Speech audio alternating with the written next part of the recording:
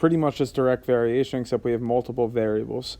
So this says joint variation occurs when a quantity varies directly with the product, which means multiplying the product of two or more quantities.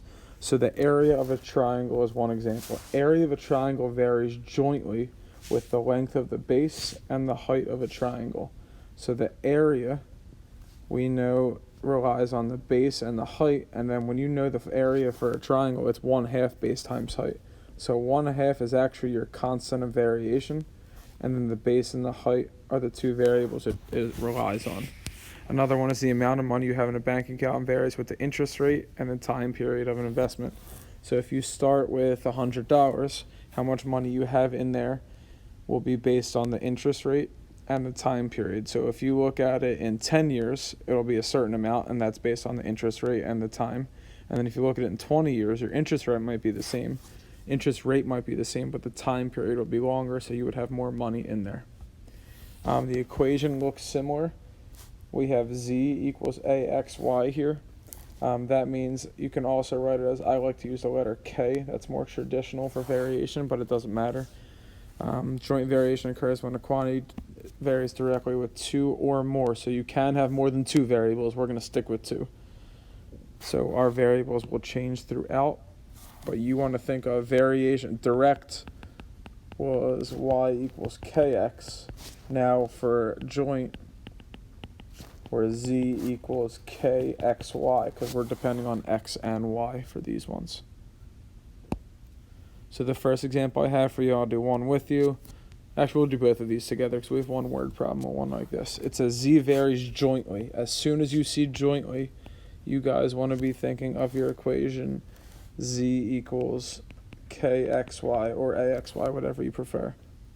And it says, find the equation of the joint variation when x equals 2 and y equals 7 and z equals 42. So I'm giving you all these different things. Now we need to find the constant of variation first. So that's your k value, because that'll let us write the equation for the joint variation.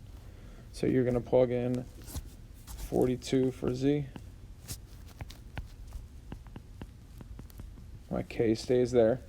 It's kind of like finding your slope. You're going to plug in 2 for x and 7 for y. 2 times 7 is 14.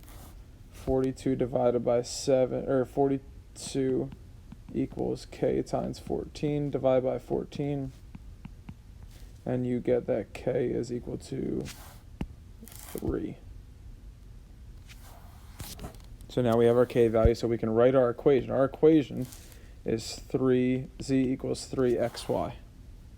And now when I tell you, when we're trying to answer the question, find x when y equals 9 and z equals 60, you're just going to take those and plug them in. You're going to get 60 is equal to 3. My x, we keep the same, and my y is 9. So 7 times 3, or 7 times 9 is 27.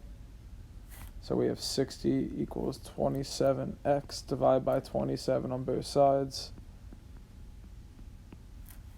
See, you get x equals, you can divide that by 3 and you get 20, divide the bottom by 3, you get 9. So your x is 20 over 9. And now we have it. We could check our answer if we had to. So the important things, if I'm looking for your final answer here, I need to see that you found your k value. I need to see that you found the equation, and I need to see that you found what x was. Okay, a lot of time people breeze through the constant of variation of the equation and just solve it.